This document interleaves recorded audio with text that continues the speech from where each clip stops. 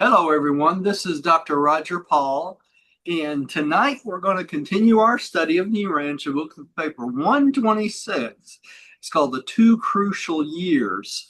That's Jesus's 14th and 15th year, and this starts on page 1386 of the original Urantia book, or paper 12601 on the rest of the Urantia books. So let's get started, and let me look over here to make sure everything's working. Yep, seems to be. I'll start reading since my wife's not here. Two crucial years. Of all Jesus's earth life experience, the 14th and the 15th years were the most crucial. These 2 years after he began to be self-conscious of divinity and destiny, and before he achieved a large measure of communication with his indwelling adjuster, were the most trying of his eventful life on Urantia. It is this period of 2 years which should be called the great test, the real temptation. No human youth in passing through the early confusions and adjustment problems of adolescence ever experienced a more crucial testing than that which Jesus passed through during his transition from childhood to young manhood. Okay, so we know that going from an adolescence to a young adult is hard, right? Yeah. And Jesus experienced those same problems as we do. We did. He actually experienced more because Right. dual personality. Yeah. You gonna put the text up, Roger?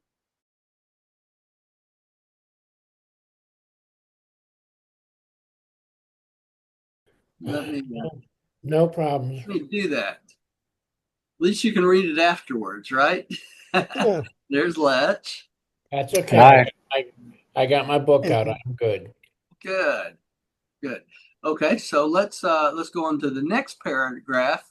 And Gary, would you start that paragraph, please? Okay. This important period in Jesus' useful development.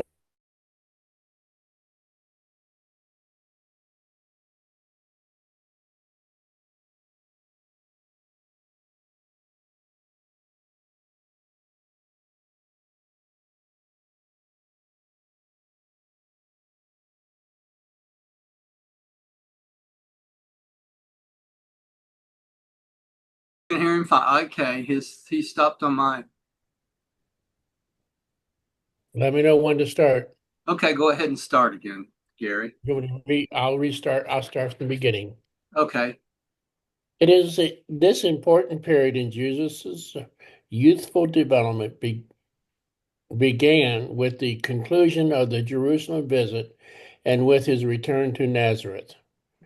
At first, Mary was happy in the thought that she had her boy back once more, that Jesus had returned home to be a dutiful son, not that he was ever anything else, and that he would henceforth be more responsive to her plans for his future. But she was not for long to bask in this sunshine of material delusion and unrecognized family pride. Even soon, very soon, she was to be more completely disillusioned. More and more the boy was in the company of his father. Less and less did he come to her with his problems.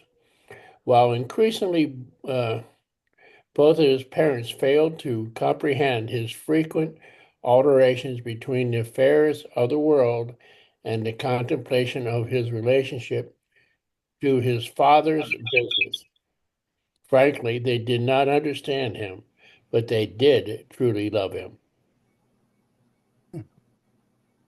Okay, so remember, this is the period of time that Jesus. Am I getting? Did that? This is the period of time where Jesus's father dies, and he has to take over the family, right? So he's getting ready to step into that role at this point. And his parents, before this happened, just were confused about who he was and what was going on and that sort of thing. So I'm getting a reverberation from somewhere. We'll handle it if my wife shows up. This is a picture of um, Nazareth with the pictures we've been looking at, that sort of thing, too. So you can look at that a little bit later. Okay. Rodney, would you take in the next one, please? Yes. As he grew older, Jesus' pity and love for the Jewish people deepened. But with the passing of years, there developed in his mind a growing righteous resentment of the presence in the Father's temple of the politically appointed priest. Jesus had great respect for the sincere Pharisees and the honest scribes, but he held the hypocritical Pharisees and the dishonest theologians in great contempt. He looked with disdain upon all those religious leaders who are not sincere. When he scrutinized the leadership of Israel, he was sometimes tempted to look with favor on the possibility of his becoming the Messiah of Jewish expectation. But he never yielded to such a temptation. So that went through his mind, though, didn't it? He could fulfill that role of the Messiah, of the Jewish Messiah. But he knew it was more of a political role. That's right. That's right. Hang on, y'all. Let me turn this down a It's little.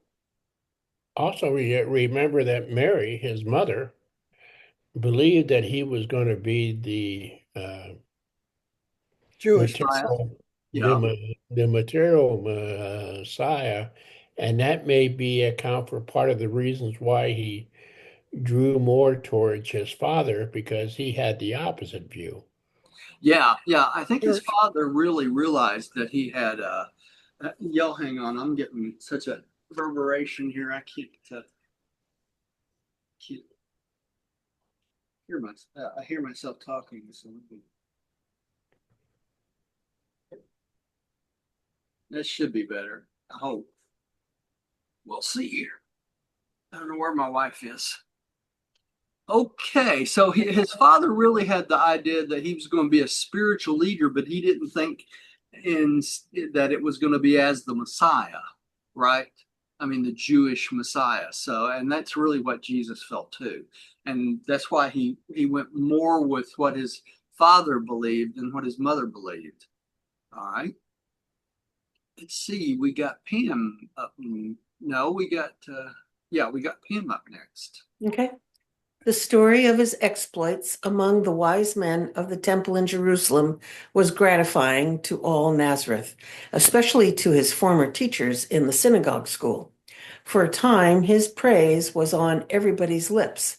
All the village recounted his childhood wisdom and praiseworthy conduct, and predicted that he was destined to become a great leader in Israel. At last, a really great teacher was to come out of Nazareth in Galilee. And they all looked forward to the time when he would be 15 years of age, so that he might be permitted regularly to read the scriptures in the synagogue on the Sabbath day. So their concept of Jesus coming out was him reading the scriptures at 15. So it wasn't as glorious as you would think it would be, right? I mean, their concepts of him coming out and letting everyone knows that he's a teacher, it would be to read in the temple.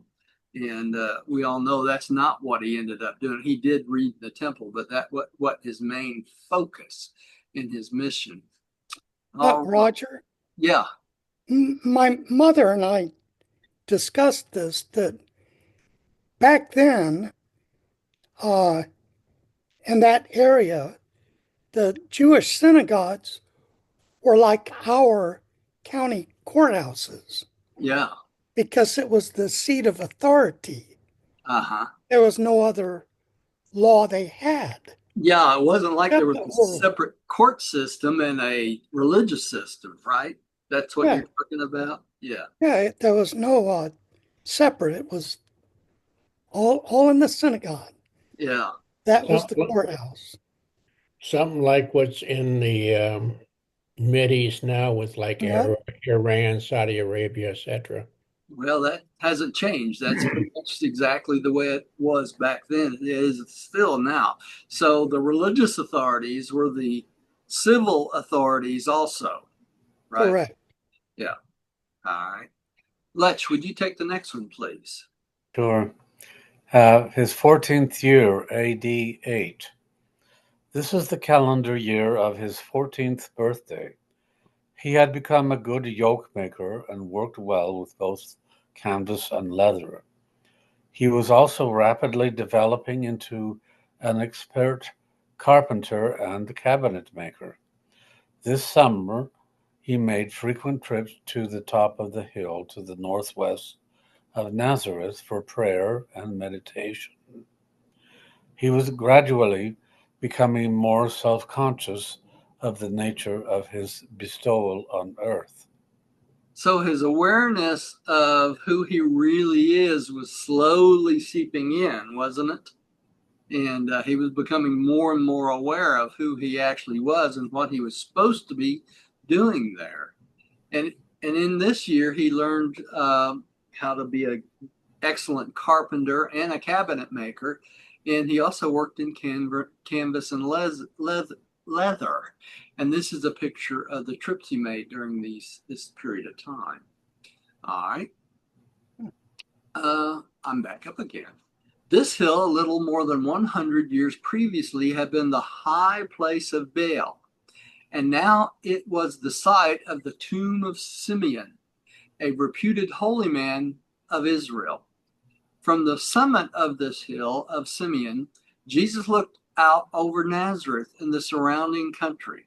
He would gaze upon Megiddo and recall the story of the Egyptian army winning its first great victory in Asia, and how later on another such army defeated the Judean king Joshua.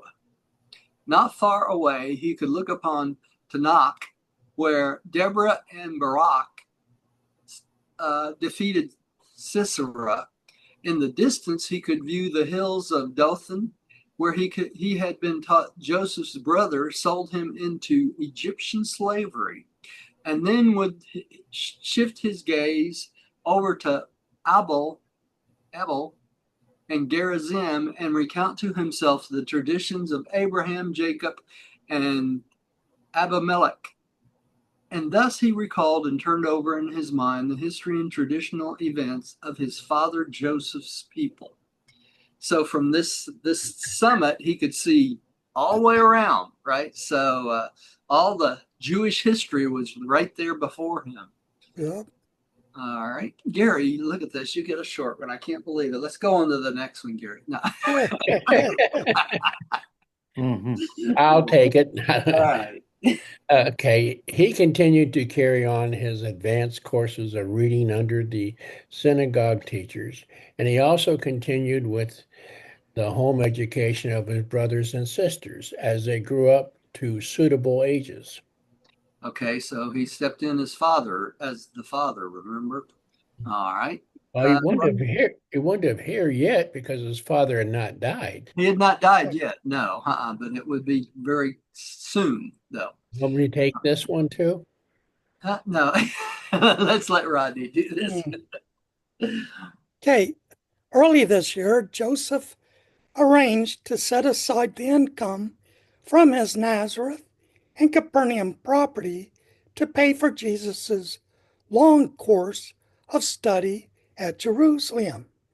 It having been planned that he should go to Jerusalem in August of the following year, when he would be 15 years of age. So Joseph was already planning putting the money aside so that he could afford to go to the school, right? He had to pay for the school, it wasn't free. Pam, would you take the next one?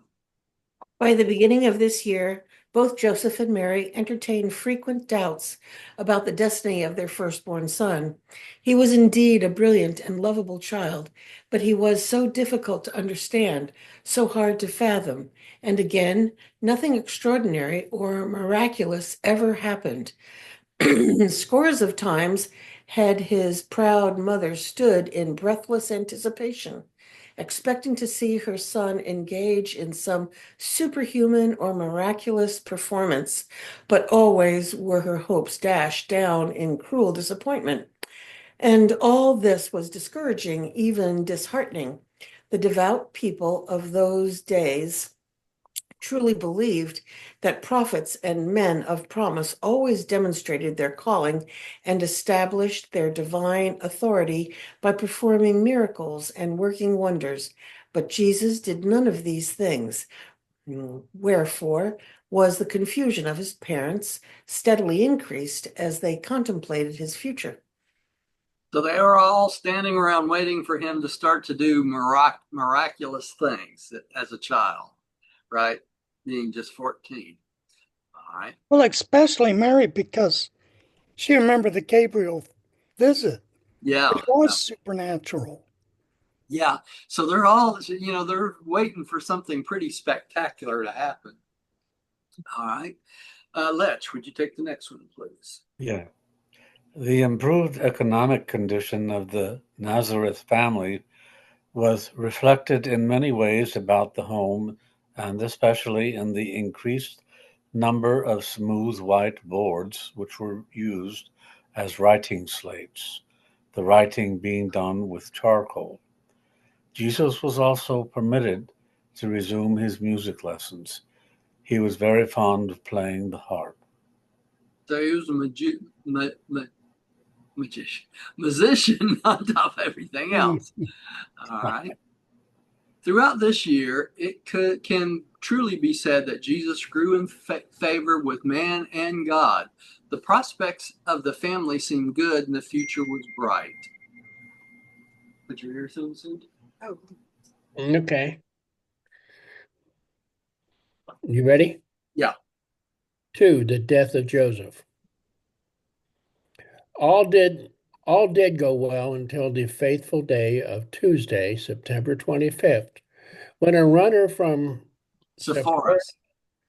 brought to his Nazareth home the tragic news that Joseph had been severely injured by the falling of a derrick while at work in the governor's residence. Can you hear?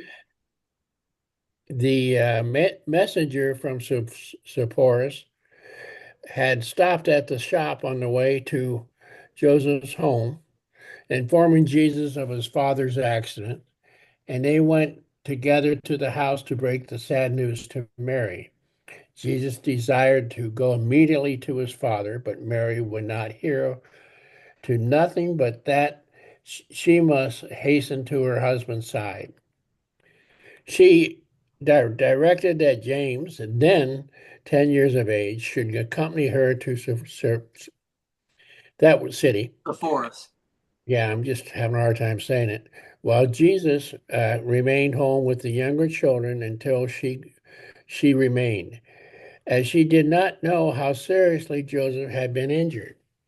But Joseph died of his injuries before Mary arrived. They brought him to the Nazareth, and on the following day he was laid to rest with his fathers. Okay, so he died. The derrick fell on him, and he was injured pretty badly. So that's when the runner left to come and get her, and before she could get back to Sepphoris, he died. All right. So and Jesus was left home with the children because she didn't think the 10-year-old brother was old enough to stay with him. So so that's why he didn't go see his father right before he died. And these are the pictures that we've already seen in the previous papers about Sepphoris. This is the city of Sepphoris, what's left of it, the ruins of it. Okay. All right. So that derrick was used to lift the heavy stones. Yeah. they use it to actually build the buildings, right? All right. Okay, Rodney, would you take the next one, please? Yes, just at the time when prospects were good and the future looked bright, an apparently cruel hand struck down the head of this Nazareth household. The affairs of this home were disrupted, and every plan for Jesus and his future education was demolished.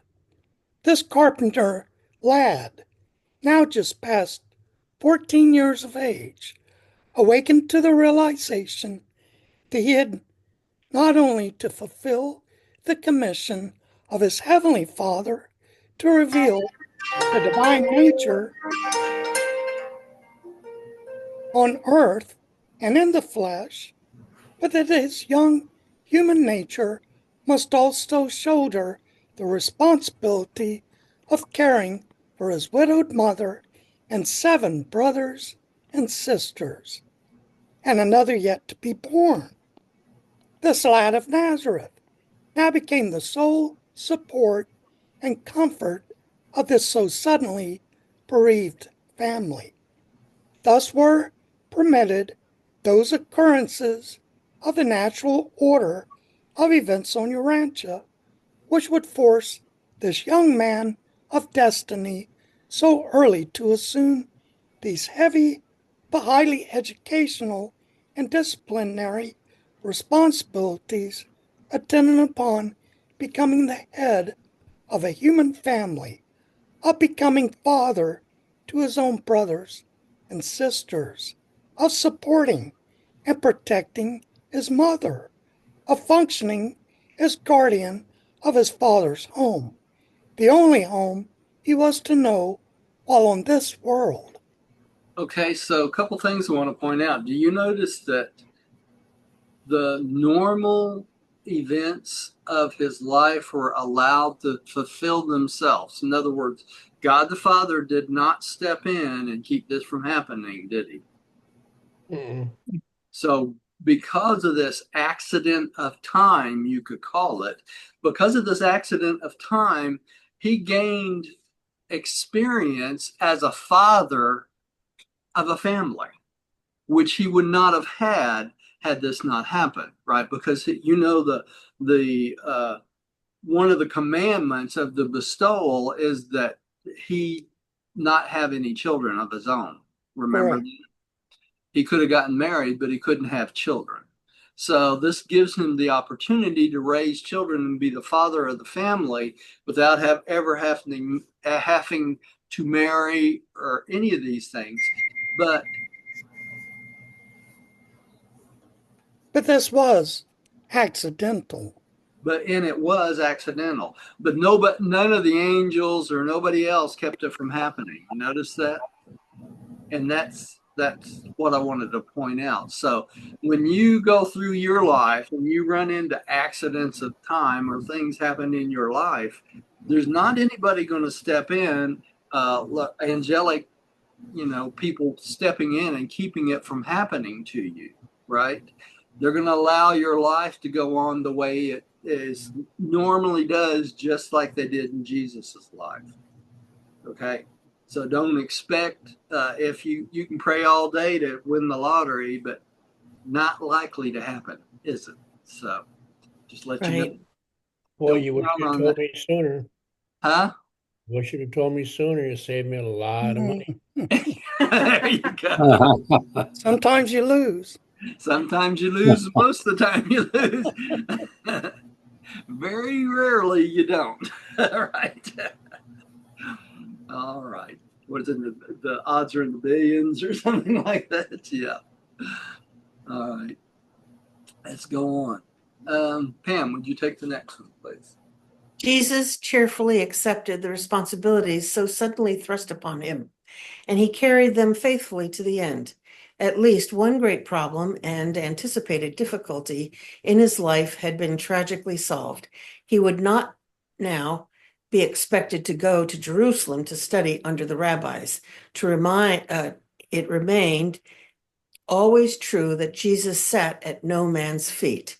He was ever willing to learn from even the humblest of little children, but he never derived authority to teach truth from human sources. That's exactly right. Right. So there was no one that gave him the authority to teach. Right. It makes you wonder, though, had he become a rabbi, you know, Yeah. Mm-hmm. that's where he was destined to go. Well, no one gave me the authority to teach either, and I've been doing it since like 2011, because I was asked to. But, situations arise themselves, and the reason I was in that situation is I'd studied so many years before that, but there was no one, I contacted the Urantia Foundation and tried to take a couple of their classes and stuff. And when I took it, I thought, I am not learning anything from this. What so far past this is ridiculous. So, I ended up starting teaching, but it's the same way with Jesus. He did not sit at anybody under anybody's feet to learn what he did. Now, I did go to college after college after college, 26 years of it for other things, but not for the Urantia book, right? So, because there was no college. I checked back in 1973. I called out to Colorado and I said, "Is there a college out there?" I said, "This is there was a group out there," and they said, "No, we got a study group that meets once a month." And I said, "What?" Wasn't what I was looking for. So that's how it all starts.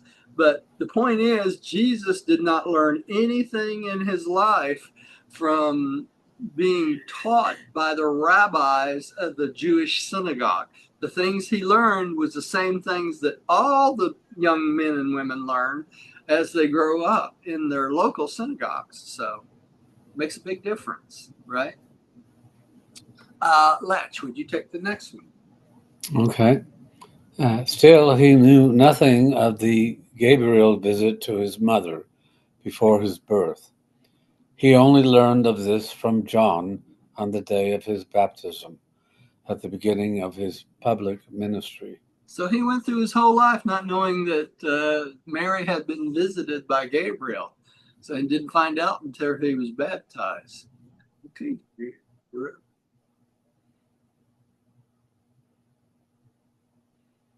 As the years passed, the young carpenter of Nazareth increasingly measured every institution of society and every usage of religion by the unvarying test. What does it do for the human soul? Does it bring God to man? Does it bring man to God? While the youth did not wholly neglect the recreational and social aspects of life, more and more he devoted his time and energies to just two purposes: the care of his family and the preparation to do his Father's heavenly will on earth.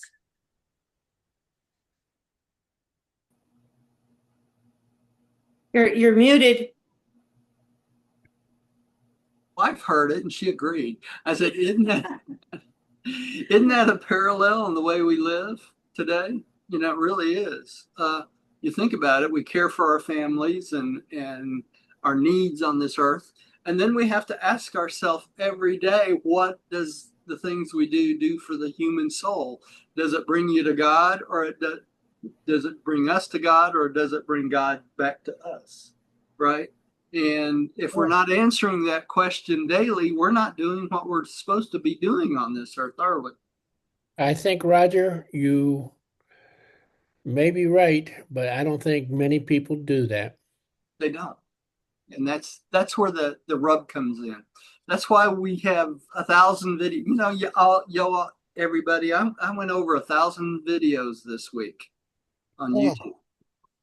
1,000 videos. So that means that you guys and me, or I, whichever it is, have been talking about God and Jesus and religious for over 1,000 hours, because the early videos were 2 hours long. Remember? Mm-hmm.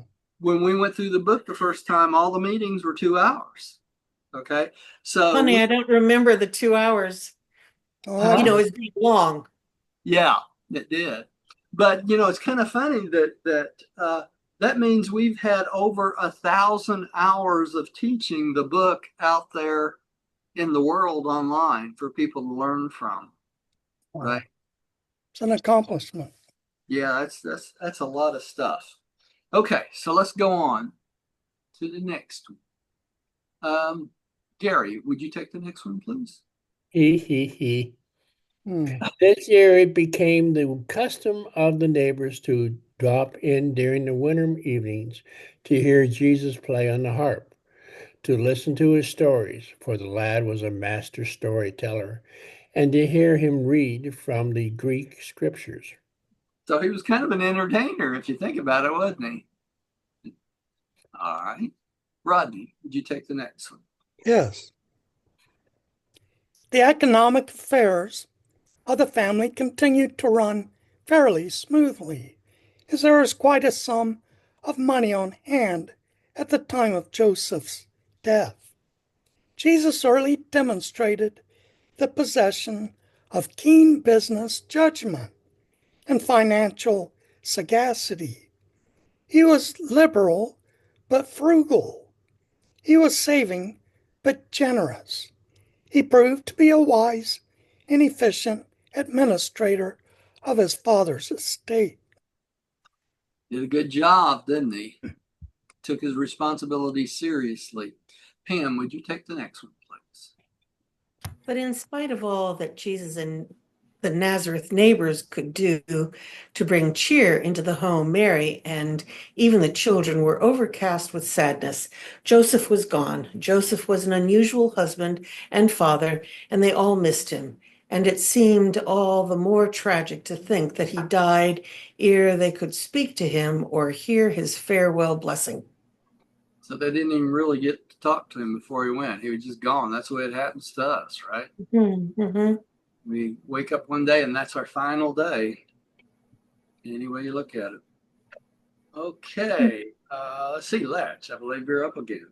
All right. By the middle of this 15th year, and we are reckoning in time in accordance with the 20th century calendar, not by the Jewish year, Jesus had taken a firm grasp upon the management of his family. Before this year had passed, their savings had about disappeared, and they were face to face with the necessity of disposing of one of the Nazareth houses, which Joseph and his neighbor Jacob owned in partnership. Okay, so they ended up having to get rid of one of the houses that Joseph had invested in. All right. We're going to find out later on that one of the associates of Jesus, when he was boat building, invested in a property for him too, didn't we? Because Yeah. the saying was that Jesus never owned property, but he actually did. He didn't purchase it himself. Someone purchased it for him, right? Okay, Diane. On Wednesday evening, April 17th, AD 9, Ruth, the baby of the family, was born, and to the best of his ability, Jesus endeavored to take the place of his father in comforting and ministering to his mother during this trying and peculiarly sad ordeal. For almost a score of years, until he began his public ministry, no father could have loved and nurtured his daughter any more affectionately and faithfully than Jesus cared for little Ruth. And he was an equally good father to all the other members of his family. Baby Ruth. That explains Ruth's actions later in his life. It just dawned on me. I had an epiphany, if there's such a thing. You're Because muted, Roger. Hold on. Okay. I lost my hearing here. okay. Had an epiphany, Gary? Yeah, I had Martha was born not knowing Joseph. So to her, Jesus was Ruth. her natural Ruth. father, huh? Talk about Ruth. Yeah. Ruth. Okay. Yeah. Yeah, and if my memory, if I'm correct, you correct me if I'm wrong. Ruth seemed to have a a greater love of Jesus than his siblings, than the other siblings. Probably so. You'd probably think that the case of that is because, as far as Ruth was concerned, Jesus was the only father she ever knew, right? Yeah, that's what I was So, saying. Yeah. yeah, yeah, makes sense. Let me see if I can get this to get all sorts of technical things going on. Trying my technical abilities. Okay. Gary, did you just read? I'm so No, busy. No, okay, I go ahead and think read. it. It Okay, was I'll take Diane. Yeah. it. I got it. During this year, Jesus first formulated the prayer which he subsequently taught to his apostles, and which to many has become known as the Lord's Prayer. In a way, it was an evolution of the family's altar. They had many forms of praise and several formal prayers. After his father's death, Jesus tried to teach the older children to express themselves individually in prayer, much as he also enjoyed doing, but they could not grasp his thought and would invariably fall back upon his memorized prayer forms. It was in this effort to stimulate his older brothers and sisters to say individual prayers that Jesus would endeavor to lead them along by suggestive phrases, and presently, without intention on his part, it developed that they were all using a form of prayer which was largely built up from these suggestive lines which Jesus had taught them. So now we know the Lord's Prayer really was the Lord's Prayer. Yes. It became the prayer of the family for Jesus, right? All right. Rodney, would you take the next, please? Yes.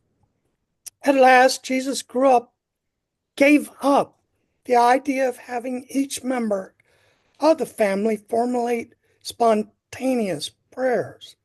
And one evening in October, he sat down by the little squat lamp on the low stone table, and on a piece of smooth cedar board about 18 inches square with a piece of charcoal, he wrote out the prayer which became from that time on the standard family petition. Now you see why he destroyed all these things when he uh, got baptized, right? He went home and destroyed all the writings because he realized he wasn't supposed to leave writings like that because they would become idolized, right? Just like the Shal Turin has, right? Even though it's not Jesus. All right. Pam, would you take the next? This year, Jesus was much troubled with confused thinking. Family responsibility had quite effectively removed all thought of immediately carrying out any plan for responding to the Jerusalem visitation, directing him to be about his father's business. Jesus rightly reasoned that the watch care of his earthly father's family must take precedence of all duties, and the support of his family must become his first obligation. But in reality, this was his father's business, don't you think?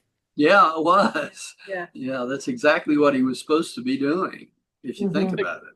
You know, if he didn't do this, and as he went on in life and was about the Father's business, okay, this would have been a weapon by the Pharisees to be Well, it used would have been a sticking because they point. say you abandoned your family.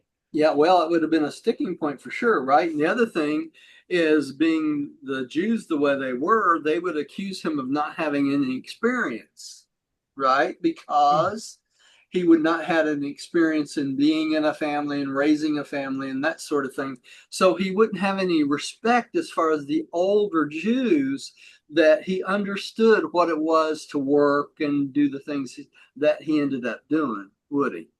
Uh, so it's a big thing that he did this in this way. And really, if you think about it, the bestowal experience itself for all the creator sons is exactly the same way. They have to gain actual experience living a life just like everyone else does on that planet, raising children, things like that. They have to gain that experience to understand what they're supposed to learn from the bestowal experience itself. Okay, make sense? Yeah. All right, let's go on. Let's, you get a real short one here. I was going to say, it's not unlike when one goes to the mansion world and hasn't been married or had children. Right. You have to have that experience with alternate, children. Yeah. And so Christ had to do the same thing, basically. Yeah. It is. That's why they assign you to Adam and Eve if you get to the mansion worlds and you have no experience raising children or having sex or any of the normal stuff in life. They want you to gain that experience by observation with the material sons and daughters, right? Right. So, it's important. Okay. In the course of this year, Jesus found a passage in the so-called Book of Enoch, which influenced him in the later adoption of the term Son of Man as a designation for his bestowal mission on Urantia. He had thoroughly considered the idea of the Jewish Messiah and was firmly convinced that he was not to be that Messiah. He longed to help his father's people, but he never expected to lead Jewish armies in overthrowing the foreign domination of Palestine. He knew he would never sit on the throne of David at Jerusalem. Neither did he believe that his mission was that of a spiritual deliverer or moral teacher solely to the Jewish people.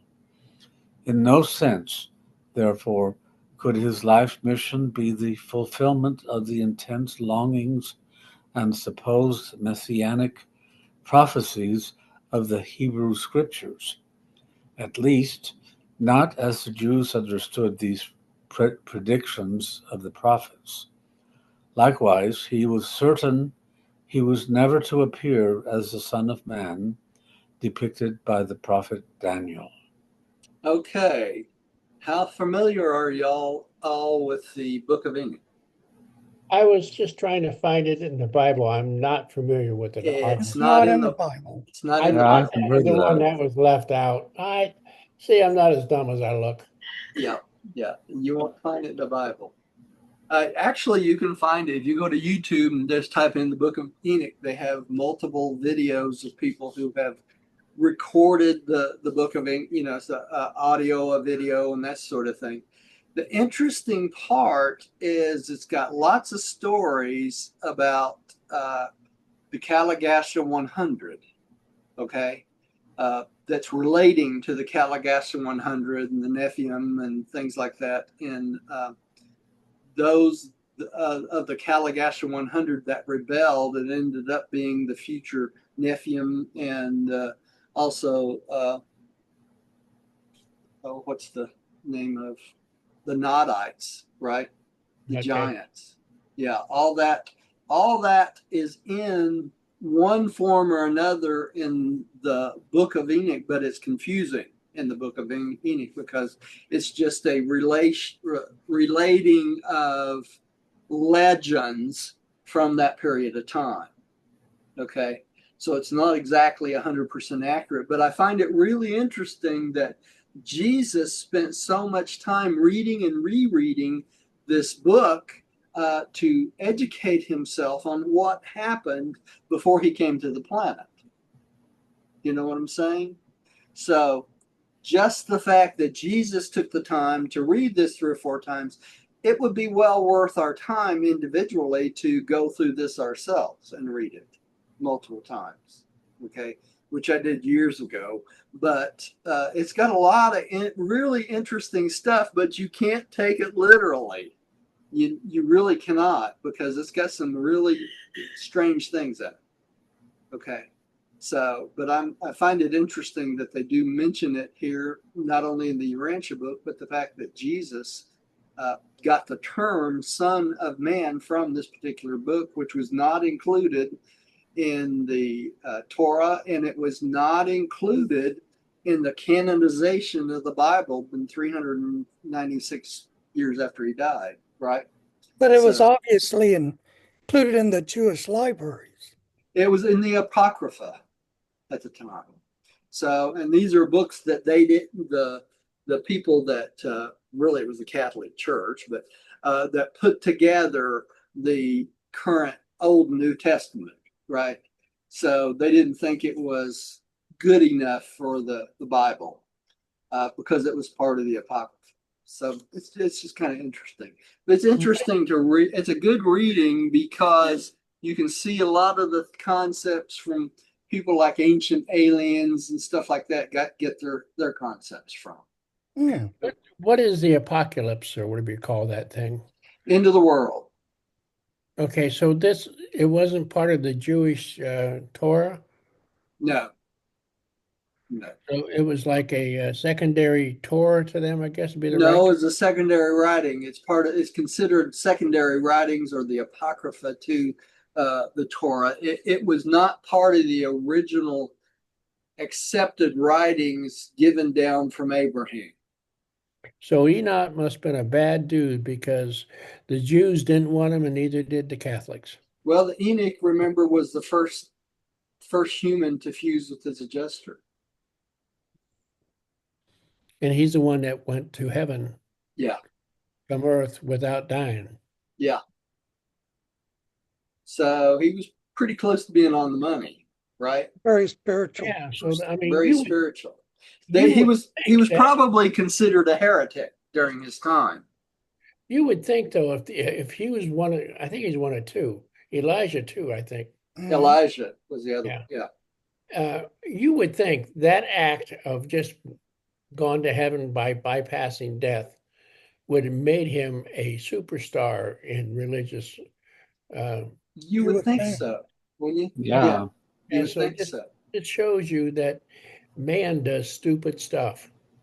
Well, if you listen, I mean, I saw a quote tonight from somebody. I'm considered a heretic, teaching this book. No, we all believe in it. Huh? We all are if we believe in it. We all are if we believe in it. That's right. But the fact is, if you want to espouse something that's not 100% inside a church or organization, you are considered a heretic, right? Oh.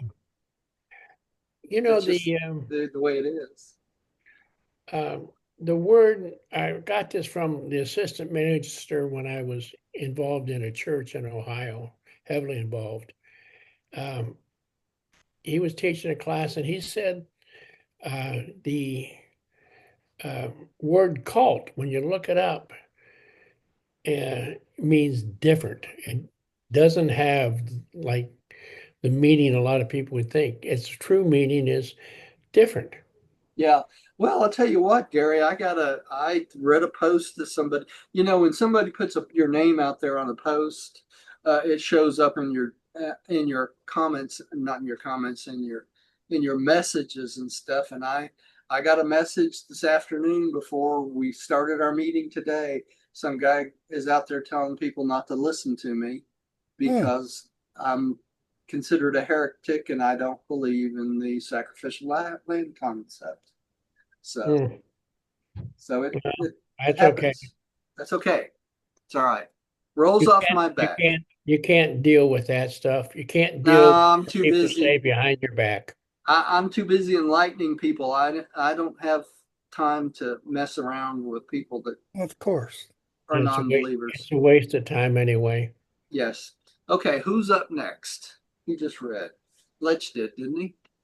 Yeah. That makes you. No, Diane. Okay, thank you. But when the time came for him to go forth as a world teacher, what would he call himself? What claim should he make concerning his mission? By what name would he be called by the people who would become believers in the teachings? Lord God Savior. Creator Son. All of the above. Yeah. Lord of Life. Son of King Man. of Kings. All right, we're running out of time. Let me see where we are on this paper. I think I'm going to 337. Give me a second, y'all. Find the right mouse. Okay, we got 65 and we're on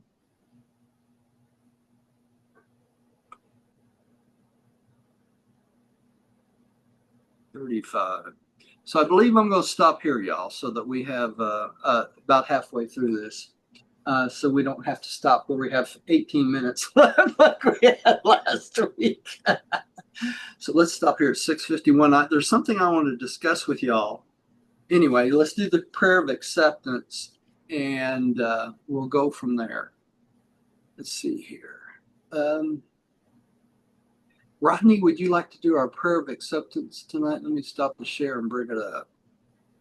Sure. Okay. Here we go.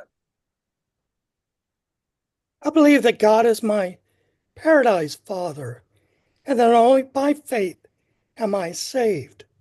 No sacrifice is necessary.